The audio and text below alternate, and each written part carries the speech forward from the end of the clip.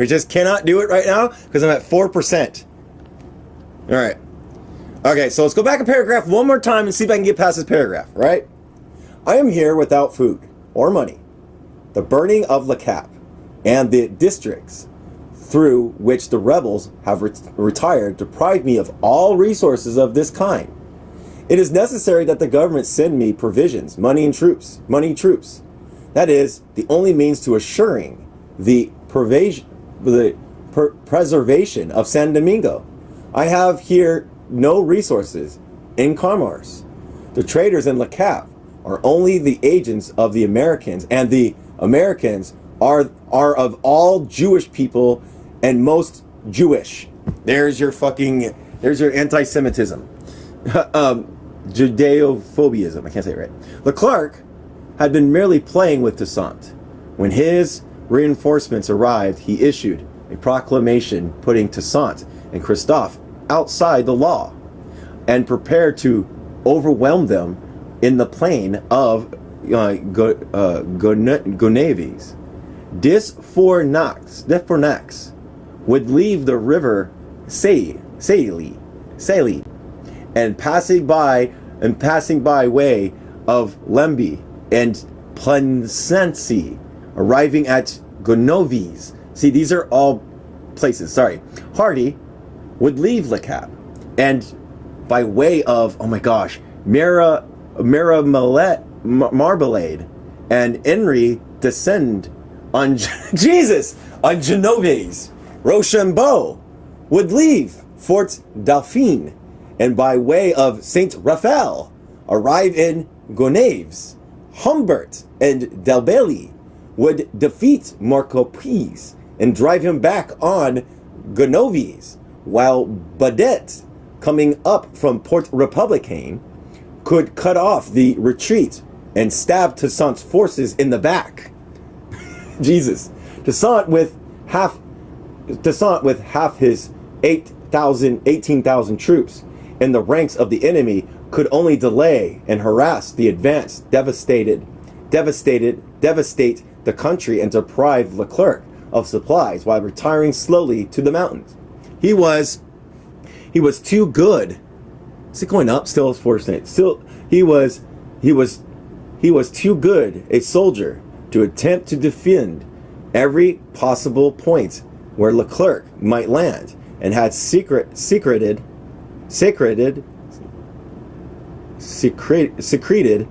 his munitions and stories of strategic places whence they could feed as many lines of retreat as possible. He would raid Leclerc's outposts, making surprise attacks, laying ambushes, giving the French no peace, while avoiding major arrangements. With the coming of the rains, the French, worn out, would fall victim in thousands to the fever, and black people would descend and drive them into the sea. But first he had to extricate himself from the steel ring of that Leclerc was drawing around him. It is necessary to describe this campaign in some detail. The political maneuvers were based on the progress of the war, and the war was the supreme test of the people of San Domingo. Bonaparte's army did not fall from the sky, nor were his soldiers entirely the product of his own unparalleled genius for military command. There were, in the last analysis, the result, one of the finest results, of the revolutionary change in French society. Their irresistibly elaine, their intelligence, their endurance and morale sprang from a new social freedom that followed the destruction of feudalism. Their consciousness that they, the people, had done it. Their faith in themselves was the bearers of liberty and equality all over Europe. None of the French rank and file in San Domingo guessed that they were fighting to restore slavery. The war was, for them, a revolutionary war, because they think they're still doing the bourgeois war. That's right. But Toussaint's soldiers and generals, illiterates and ex-slaves, had been molded by the same revolution. An army is a miniature of society which produces it. If the Black Army had wobbled before the French, it was because San Domingo society as a whole did not know what to think of Leclerc's expedition, could not believe its vile purpose. But the few thousands who remained faithful to Toussaint were the advanced guards of the Revolutionary Army, fighting a revolutionary war. They were for the moment outnumbered. If Toussaint had the help of some of the laborers, thousands of biracial people and the former free were joining Leclerc. But the liberty and equality which these black people acclaimed as they went into battle meant far more to them than the same word in the mouths of the French. And in a revolutionary struggle, these things are worth many regiments. Hardy, coming from Le Cap, met Christophe at Boise Pen in February 19th. Hardy drove Christophe from his position, but here the French received the first shock. Christophe defeated, retired in good order, and took up position in Enry. On February 21st, Hardy attacked with Napoleonic vigor and had swept and would sweep everything in Europe before it until the army was mortally stricken in the Moscow campaign. Once again, Christophe was dislodged, but still holding his men together, he took up position again at Bayonnes. The next day, Hardy drove him back, but as signally failed to disrupt his forces, still covering the town of Gonoves. Christophe now took up position in La Coupe et Pentendes, ready to meet the French the next day, the 23rd. Toussaint was at Gonoves. He did not approve of all this fighting. He preferred guerrilla warfare, the raising of the population. But those who remained faithful to him were eager to cross swords with Bonaparte's soldiers, and Toussaint had to follow. Plaisance was treacherously surrendered to Rochambeau, and Toussaint, with 600 men and a few hundred auxiliaries, hastened to bar Rochambeau's way at Renevy et Colovaries. I can't say it. It was a moment of great personal anxiety. His wife and family, hidden in a retreat in the mountains, had to leave it, and Toussaint did not know where they were. But he prepared for battle with his usual disregard of his personal fate. Accompanied only by an aide of 2 laborers, he what's that word? I can't go off the app. I need someone to help me. I'm looking. An aide and 2 laborers. He reconnoitred. RECONNOITRED. How do you say Does that? Lynn know? Hold up. Lynn's looking. Yeah, have Lynn look on the phone. Have Lynn look on the phone and repeat what Lynn says. Yeah, reconnoitred. Okay. Reconnoitred. Okay, what's it mean? What's it mean? We don't know. Can you guys look it up what it means? Look it up. Yeah. Lynn's recording, so Lynn can't look it up, so I'm going to look it up. Okay. Oh, wait. If I get dropped, you got it. I will. Okay. Dudley says they got it. Okay. Still at 4%. Jesus fucking Christ. Reconnoitred. So it's reconnoitred. Reconnoitred. R's after T. Yeah. Yeah. We just need to figure out what it means. Yeah. Rachel, to have a surveyed, inspect, or observe an area, typically to gain military intelligence or explore. Thank you. Appreciate that. With such daring that one of his guides who pushed too far was captured by an outpost and immediately killed. Toussaint, going back, addressed his army. You are going to fight against men who have neither faith, law, nor religion. They promise you liberty. They intend your servitude. Why have so many ships traversed the ocean if not to throw you again into chains? They disdain to recognize in you submissive children. And if you are not their slaves, you are rebels. The mother country, misled by the council is no longer anything for you but a stepmother. Uncover your breasts. You will see them branded by the iron of slavery. During 10 years, what have you not undertaken for liberty? Your masters slay, or put to fight. The English humiliated by defeat, discord extinguished, a land of slavery purified by fire, involving more beautiful than ever under liberty. These are our laborers, and these the fruit of our laborers, and the foe wishes to snatch both out of your hands. End quote. He who fought so hard to build spoke with fierce pride of the destruction which met the French on every side. The French would meet their fate. Quote, their bones will be scattered among these mountains and rocks and tossed about by the waves of the sea. Never more will they behold their native land. Liberty will reign over the tomb. But never a word of independence. Rochambeau, full of racial pride, thought it best to recall to his men their victories on the Tiber and the Nile and the Rhine. They had not come thousands of miles to be defeated by slaves. At daybreak, the battle began. It was the fiercest battle of war.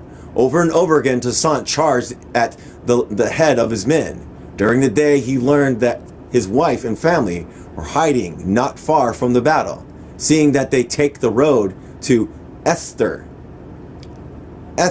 Esther. Yeah. It's Esther, yeah. Yeah. He told his informant, I have my duty to perform. Men threw away their arms and grappled for life and death.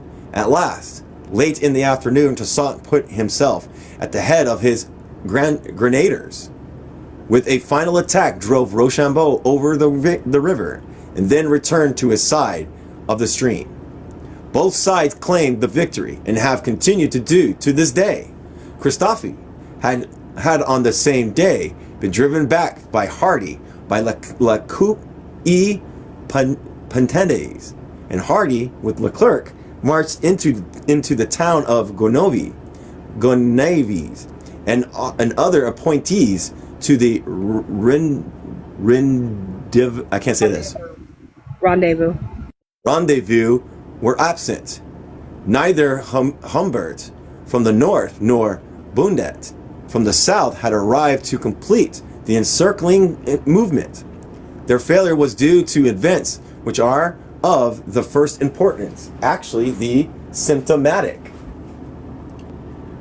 Humbert, with 1,500 men, left Port de Pax and attacked Morquepes with 2,000 men and an auxiliary corps of laborers, intending to roll him down into the plain of Gonaves.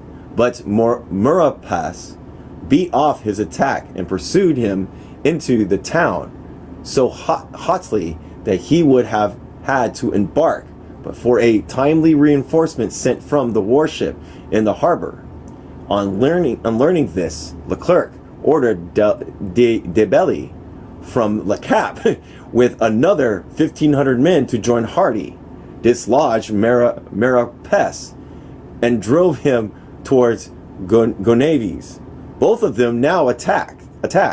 Maurepas beat the two of them and once more chased them into the town, which, but for the fleet, would again have fallen into the hands of Leclerc, could no longer deal with Christophe and Toussaint.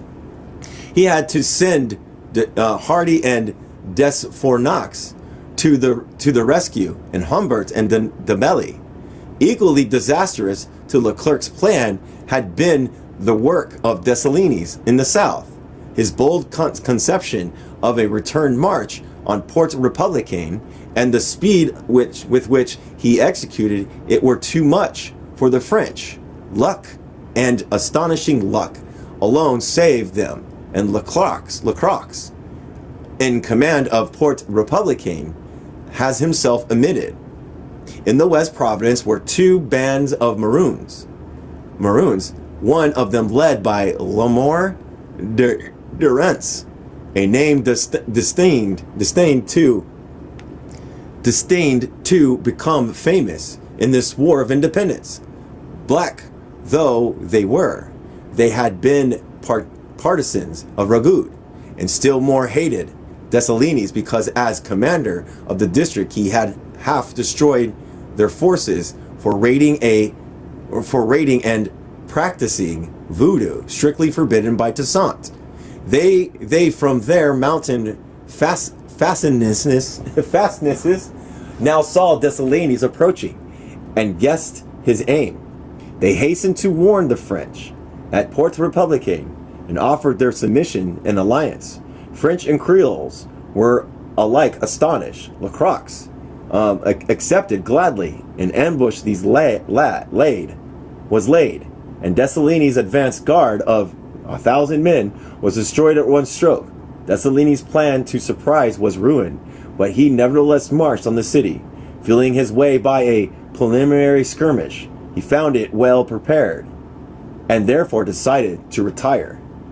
Bondet had followed him from St. Mark, but uncertain as to what this demoniacal black general, demoniacal, how do you say that word? Need help? Someone unmute? Demoniacal black general would do next, and utterly exhausted, he stayed at Port Republicain, while the Dessalines and Latmartiniere set off northward to make contact with Toussaint. Leclerc's first attempt had failed completely. Toussaint and Crusty and Dessalines had their forces intact, held the internal lines of communications, and were in touch with each other. It is this first phase of the campaign which reveals the strength and skill of the local army, of Toussaint's generals, only to carry out an immediate and uncompromising resistance to the French. They were Marquepez and Dessalines. Both were campaigns were brilliantly successful. He had dismissed Age, but Latmartiniere, in charge of Port Republicain, with orders to get rid of traitors, primed his brother Paul for resistance, placed Belair and others whom he could trust in key positions, and had Mosey to raise the laborers on the North Plain as in the old days. The French would never have been able to capture all the coast towns, and would have been in immense difficulty to hold those, still at 4%, to hold those they might take. Equally important is the fact that, as Leclerc himself early recognized, victories on one side or the other would draw the waverers. Under the strong impulse from the Black Army and the Black laborers, the defection of men like Lumplum and Clairvaux was unlikely. Between the alien Leclerc on the one hand and the masses of the bulk of the army united under Toussaint on the other hand, they would probably have remained. In every revolution there are many who hesitate, and though decisive action may not be immediately effective, vacillation is certain to lose them all. Vacillation means going from one end to another end, not being principled in one way. Hey, Carrot. At 4%, we're still reading the same book. Yet denuded as it was, the remains of the army had done its work in the first shock. The rainy season would soon be coming. Leclerc had to get the black generals in his power, and that seems as far off as ever. But here another stroke of luck befell him. Marquez, victorious over Dembele and Humbert, understood that Leclerc would now send more detachments to overwhelm him, and he prepared to evacuate his position and make contact with Toussaint and Christophe. In addition, the Marapes, known education and character, he had under him the crack regiment of San Domingo, the 9th Brigade, in which all San Domingo boasted that it never surrendered. Both the Fornax had lived and fought under Toussaint in San Domingo with the black soldiers, and while Leclerc's army were attacking, Des Fornax was writing letters like these, quote, "You know me, Commandant Andre, and you know that no one has worked harder for your liberty than I. You were a captain under me 5 years ago, and you have always conducted yourself well. The commander-in-chief instructs me to tell you that you will be maintained in your command if you decide to come to join us in restoring order and tranquility in your country. If you agree, send me someone to fix things at once. I have never broken my word. You can count on me." De Fornax, and that's in the quote, De Fornax asked another of Toussaint's officers to denounce the abominable slanders that the rebels were spreading about the intentions of the government. Quote, "You know me. I would not serve in this army if its operations had any other aim than to consolidate your liberty and safeguard your persons and your property." End quote. Was De Fornax sincere? Was De Fornax the sincere? The question is irrelevant. It was Leclerc's decision that mattered. And even if the Des Fornax were sincere, when Leclerc unmasked himself, De Fornax was not going to join.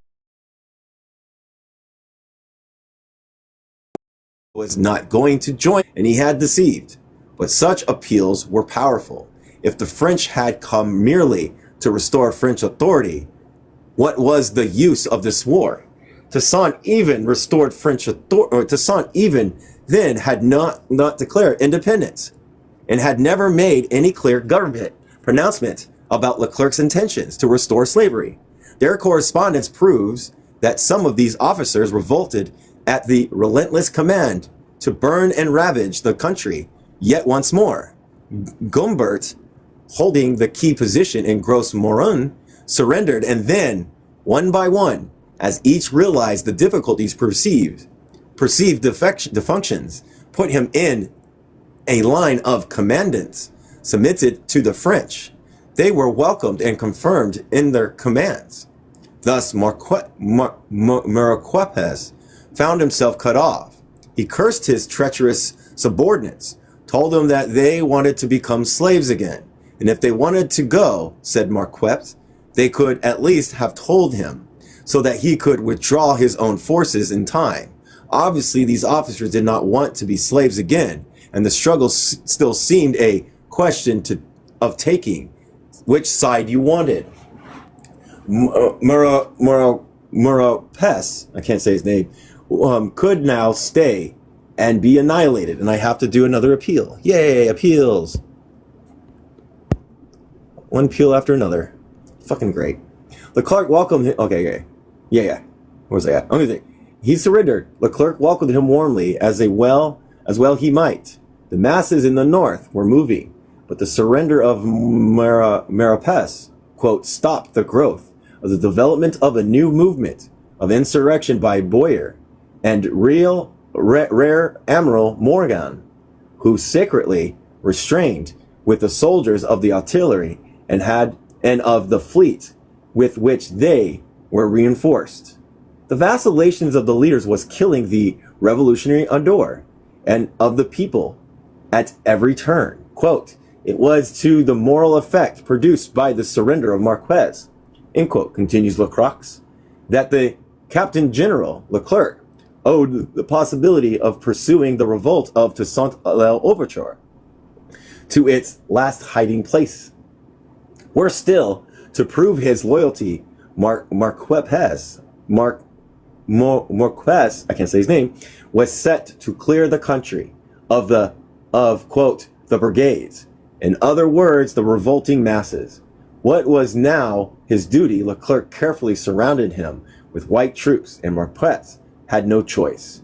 To weaken him, Leclerc distributed members of his men in other regiments, so that the masses saw themselves hunted down and rounded up by white troops aided by men whom they had hitherto looked upon as their staunchest defenders.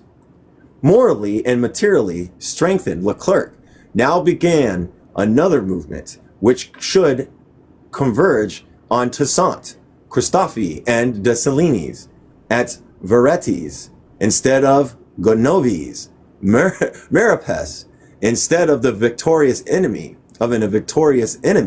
was an ally, and Benet, refreshed, was on the way from Port Republican. Leclerc was becoming anxious. And here's what Leclerc says. I am master of the North, but almost all of it has been burnt, and I can accept no resources from it. There are laborers assembled and armed in 20 spots. The rebels are still masters of a part of the West, and they have burnt the positions they no longer hold. For the present, I can accept no supplies from there. The government must not think of the money it is spending to ensure the finest colony in the world and preserve those it possesses in the Antilles. For it is here at this moment that is being decided the question of knowing whether Europe will preserve any colonies in the Antilles. Near to Petite Riviera in the interior is the fortress of Crête-et-Perrot, commanding the entrance of the mountainous Cahos region, where Toussaint was reserving his forces for the moment.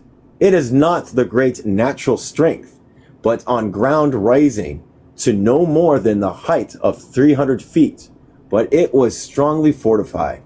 In the confession which followed the early success of the French, black people had abandoned it, and Dessalines with Latimernerie marched north from Port Republican, was about to raise it to the ground when Toussaint stopped him. Toussaint had shaken off Rochambeau after the battle of Renaville et Coloveres. He threw out a light certain of troops in front of Rochambeau, and French general followed them, and they led him in a great circle over the Grand Cahos Mountains, to disappear altogether after days of pursuit. Toussaint meanwhile drew off his main forces and arrived just in time to meet Dessalines and place a new plan before his generals. Burning with fever, outnumbered and surrounded, he was about to attempt the most audacious stroke of the war, a new offensive, and therefore wanted Crête-et-Perrot held. He entrusted it to Dessalines.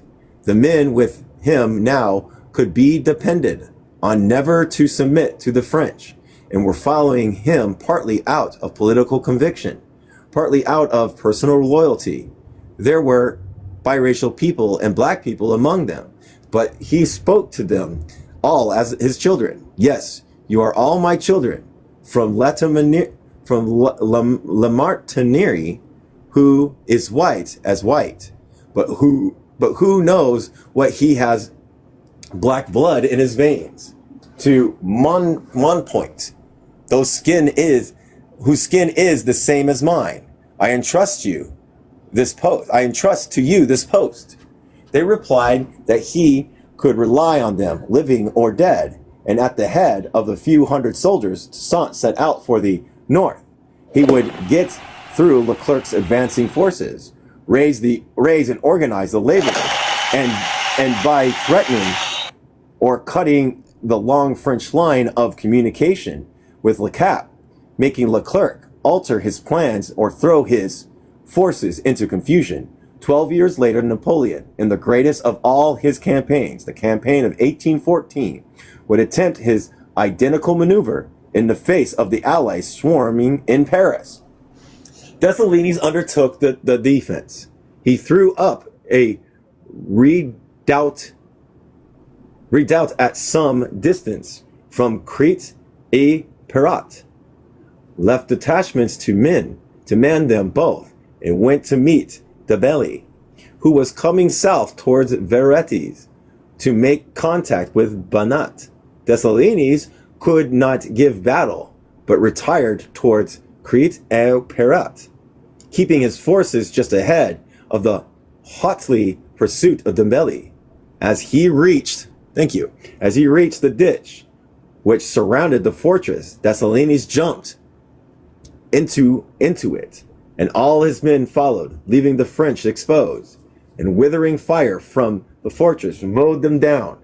400 fell, entreating. They took up positions outside the fortress and sent to Leclerc for reinforcements. Dessalines entered the fortress and completed the preparations for the defense, but already he, untortured mind, had leapt forward to the only solution, and unlike Toussaint, he was taking his men into his confidence, and as they prepared the defense, he talked to them. Quote, "Take courage. I tell you, take courage. The French will not be able to remain long in San Domingo. They will do well at first, but soon they will fail ill and die like flies. Listen, if Dessalines surrender to them 100 times, he will deceive them 100 times. I repeat, take courage, and you will see that when the French are few, we shall harass them. We shall beat them and shall burn their harvests and retire to the mountains. They will not be able to guard the country, and they will have to leave. Then I shall make you independent. There will be no more whites among us. Independence. It was the first time that the leader had put it before his men. Here was not only the program, but tactics. The lying and treacherous Bonaparte and Leclerc had met their match at last. With Dessalines remained in Crete el Perat, Lada Martineri took command of the redoubt.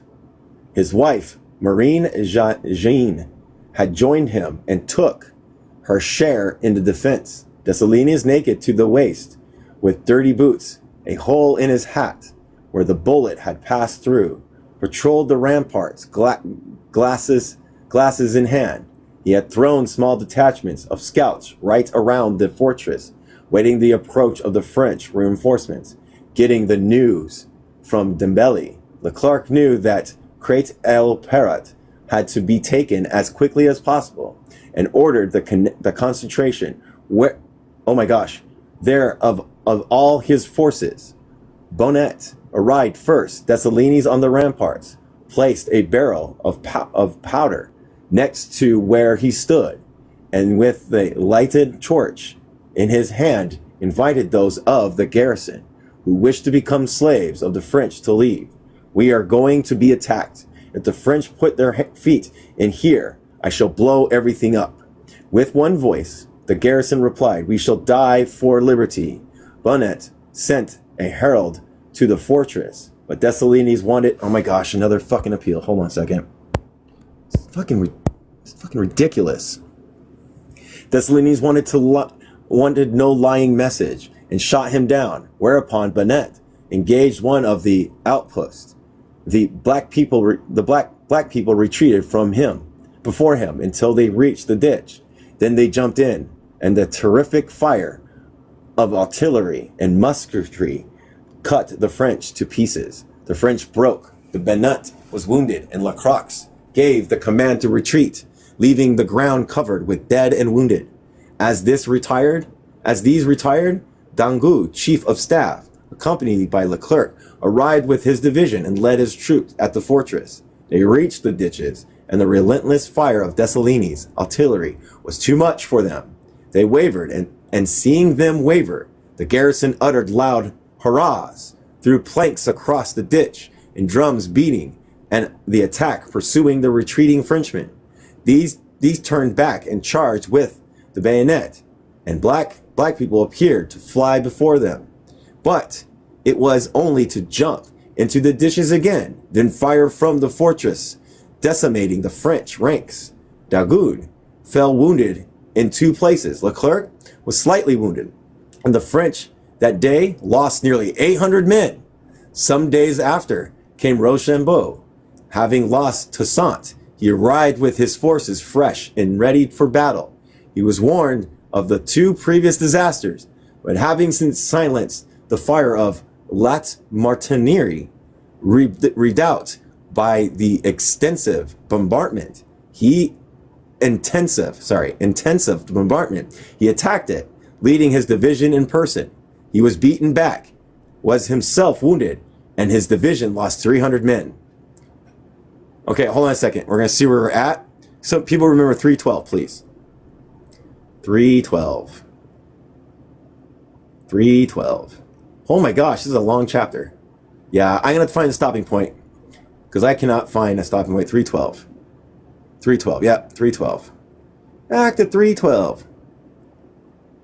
Pinata is requested up. Okay, 312. 312. Where was I on 312? You're at. Okay, I got it. I know where I'm at. Okay. Who's Pinata? Oh, okay. All right. The French had lost 1,500 men outside of Crête-et-Parat. 12,000 of them under Leclerc now encircled the 1,200 men in the fortress. Dessalines had left to rise the laborers on the countryside, but the garrison gave him their word not to surrender. Fired by the determination and courage of their leaders, the besieged ran up the red flag at the 4 corners of the fortress. Intimidating that they... Intimidating. What? Say it again. Intimating that they were neither given nor taking quarters. I don't know if this is a good stopping point. I'm not sure. It looks like a good one to me. All right. So we're going to stop on page 312. 312. Let me put the bookmark in. Write it down. Hold on.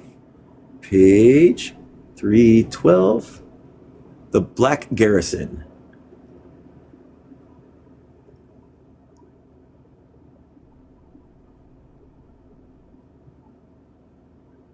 All right. This is where. Okay. All right. Let me do one more thing. So there's no fucking. Hold on a second.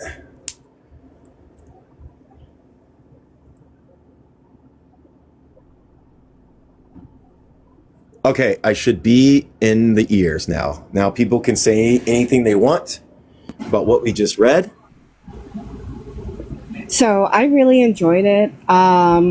It's very interesting, and now we're fighting for freedom and Independence. That's independence, and that's independence from France and independence from everybody else. And I think that's really cool. Mm-hmm. Anybody else? Yeah, I don't have much to add without repeating what Joe already said. Mm-hmm. Mm-hmm. Pinata? Hello. Hello. I just got here. We're reading about Toussaint L'Ouverture, the Black Jacobins. Oh. And we're reading about the Haitian Revolution. We're coming towards the end of it. And yeah. And the French are reattacking, trying to take back what Toussaint and other people have took over. The only problem is Toussaint, before the French came, we're basically allies to them. You know, wanted to keep and remain the French colony. Now, and now it's turned because they just found out that the French are coming back to re-enslave black people back into slavery. Oh. They're finding that out now. So now they're doing what Joe said. They're fighting for independence of Haiti or San Domingo. So this is before it got split from Haiti to the Dominican Republic. So, yeah. So we're seeing some stuff, and I can see and we're gonna find out more as we go on. We're almost done with this book. This book is fascinating. CLR James. CLR James is pretty cool. I'm reading another book by him. It's called CLR James, Notes on Dialectics, Hegel, Marx, and Lenin. So it's going to be pretty cool, learning the dialectics and stuff. But yeah, so Marxist Pan-Africanist that's talking about the Haitian Revolution, Saint Domingo. It's pretty cool. It really elaborates. It really signifies Black excellence of Black people being put in leadership position in order to be successful in revolution. It proves that Black revolution is important. You know what I mean? Because we see so much other types of revolutions, you know what I mean, that are put to the forefront. So I see why the Haitian Revolution is one of the biggest ones, especially here on Turtle Island, you know, because the Caribbean is the eggs of the turtle. So it's pretty cool. How y'all been though? I lost my dog. I lost Rufus a couple days ago. So I'm trying. I'm coping. Yeah, sorry, I'm trying to cope with it. Yeah. I give you my condolences. That's all right. I've been trying to get back to reading and to study my ass off so I can get past it a bit, you know? But no big deal. I'll be all right. Yeah. So have you guys been catching up with the news lately? With Iran? No, you should talk to Joe. I get my news off of Joe and stuff too. They're beating not only just Iran, but Cuba as well. Yeah, Cuba. Yeah, you know what's going on with Cuba too. Hopefully, the infrastructure of solar panels will help. Plus, all the pregnant teenagers that weren't pregnant when they went into the camps, the concentration camps, and now we've got a bunch of pregnant teenagers being kept in Texas in a separate wing. So yeah, there's a lot of stuff going on. And I did hear that Iraq joined forces with Iran today. The Iraqi resistance forces, they've been preparing to join the war. I mean, Iran said that it would become a regional war. So yeah. Mm-hmm. And Iran, just for everybody in here that doesn't know, Iran is not at the negotiating table. And if you haven't seen the Lego troll that they did of Trump, you need to go watch it. It's great. I did. And also, I mean, do we really expect to believe that? I mean, anything that Trump says, you have to take it with a grain of salt. Do your own investigation. That's one giant grain. Let's be fair though. We're anti-imperialist, but we are for the Irani people, the proletariat there, the working class, the lumpen proletariat, the masses that seek liberation. You know what I mean? So they still got to do their own thing, their self-determination to bring on liberation for their people. But we are still anti-imperialists. Don't agree with imperialist wars and resource extractions for profit. Yeah, this is a Western imperialist war. I mean, I would say that I've been listening to a lot of leftist analysis, and they said that this war is pivotal for the global South. It's the last war, pretty much. Well, it's the war that will determine the future of. We'll see. It's a good inquiry. It's a good thing, but let's see what the conditions, because the conditions will dictate where that sentiment goes. You know what I mean? Because I would say, look at it this way: if Iran does lose this war, God forbid, and it would be a very dangerous period for the global South. I know. We also need to remember that the United States declared insolvency. For those that don't know, that is bankruptcy, and we are I know. ED. Yeah, the other thing too is if you're a Leninist, you should be turning the imperialist war into a civil war. So I was gonna say that what was I gonna say? Oh, that if Iran does win this war with all of its objectives met, it would weaken the empire severely. Well, the empire's in decay. We're already weakened and decayed. Yeah, but it would Whether they win or lose. accelerate the weakening of the empire. Whether they win or lose, it doesn't matter. The acceleration of the empire has already begun. Yeah. So, like, speaking of empires, especially the empire that we're talking about, wasn't there a suggestion that they tried to propose of having those pregnant teenagers on an island? Yes, they have talked about putting them on an island. Are these people serious? Yeah. You gotta. It's hard. You gotta keep up with a lot of things at once right now, and females will be told, and I'm using females specifically because of what I'm about to say. Will be told that they have to collect their miscarriage/abortion remains in a plastic bag now and bring it to the hospital. So when you're going through the worst moment of your life and you're lying there bleeding and cramping and crying, you now have to sit on a toilet and collect your remains in a trash bag. This is the same country that says that they're fighting for the liberation of Iranian women, right? Right, and that's why the first school that blew up was a women's school. It's like manufacturing consent. That's all it is. Yeah, no matter what color you wash imperialism, it's still imperialism. Like, you can pink wash it, red wash it, green wash it. Doesn't matter what color you pick. It's gonna be imperialism. Yeah. All right. Last words before I close out. Thank you for the updates, though. But last word before close out. Oh yeah, I want to add one more two things. So they did. I don't know if you guys heard about the F-35 that got shut down. Mm-hmm. Yep. And also another F-15 got taken out. And also what else? So Iran is preparing a 1 million man army to take on U.S. ground forces because the U.S. is preparing. They've been preparing for the last 37 years. Those mountains are hollow and they're filled with the Iranian military. Yeah. So as the U.S. is preparing to send 10,000 more troops to that region for a ground invasion, and potentially to take 3 islands. Pretty much their plan is to, but also the most critical one, Kagar Island, which is Iran's oil depot where they produce all their oil and stuff. Yeah, so I mean, all I'm gonna say is that it's gonna be a bloodbath.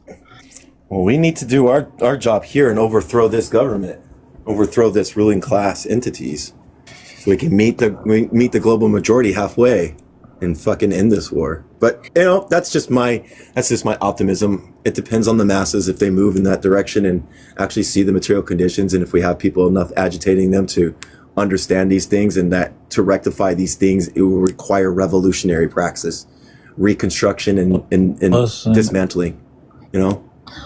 Listen, the U.S. economy would have to collapse in order for that to happen, I'm afraid. So, I mean, we're pregnant, definitely pregnant. We're gonna collapse. We've declared insolvency, and the farmers aren't planting. I just hope everyone knows that the farmers don't have fertilizer. They're not planting. So if you want to have vegetables in the fall, you better be outside planting. So also one more thing, there's this podcast you guys should check out, Colonial Outcast. They did recently do an episode about this where they did mention America's bankruptcy.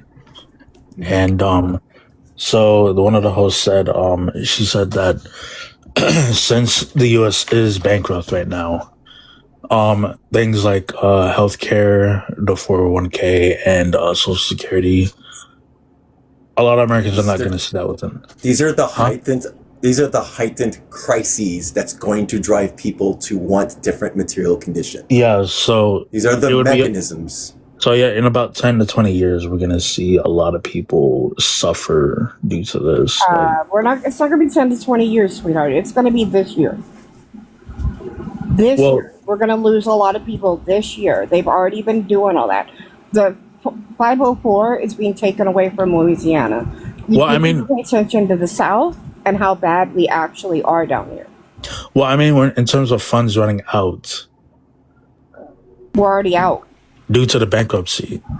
We're already bankrupt. We're already bankrupt. We're already out of money. It's too late. This war is Not 10, 20 bankrupting years. us. That's More and now. more. This war is bankrupt. That's why Trump is like trying to seek a peace deal. Because he wants it to end. Because he knows he fucked up. It's just wild. Yeah, I'm not like we're not gonna have a revolution. I mean, No, I would we're give gonna it. I die. would give it 10 Wait, to 20. wait. I'm saying give Do it you 10 believe to. Huh? Go ahead. You believe in third worldism? No. No. Do you know what third worldism is?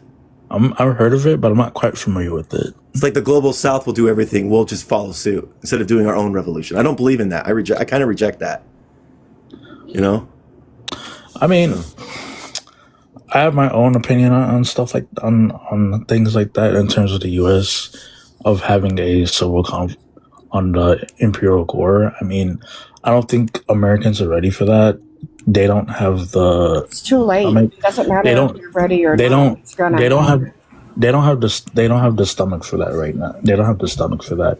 I'm saying the reason why I'm saying this is because within the next 10 to 20 years, we'll see that yes, it's possible. By It's a 20 years, possibility. we better have socialism or we're gonna be dead. I don't think you understand. I'm disabled. Linda's disabled. We rely on medication to live. We are the lumpen proletariat, and we are telling you now that there's no jobs, there's no money. They're getting rid of our medications. They're getting rid of our disability. They're opening up asylums to put us back inside of them. You don't have 10 to 20 years. I'm sorry. Yeah. In 10 to 20 years, it's too late. We have now. That's why so many of my friends are out there doing stuff now. You don't have 10 to 20 years. Yeah, regardless of whether others are ready, those who are ready need to be doing shit. Those who can do shit need to do shit. Like Joe said, they're taking everything away already. Like, if there's gonna be something happening, and it's gonna happen now. Like, it needs to happen now. It can't, I'm sorry, but like, it can't wait till later. That's a little thing that I have a little critique of when it comes to like Marxist Leninist. I'm always hearing, oh, it will happen later, accumulation on this situation, accumulation. No, it's already happening. And the only way to stop it is by stopping it. Is by doing the actions. Yeah, people have been charged for wearing black, a felony. They got a felony for wearing black at a protest. It's too late. It's now or we die.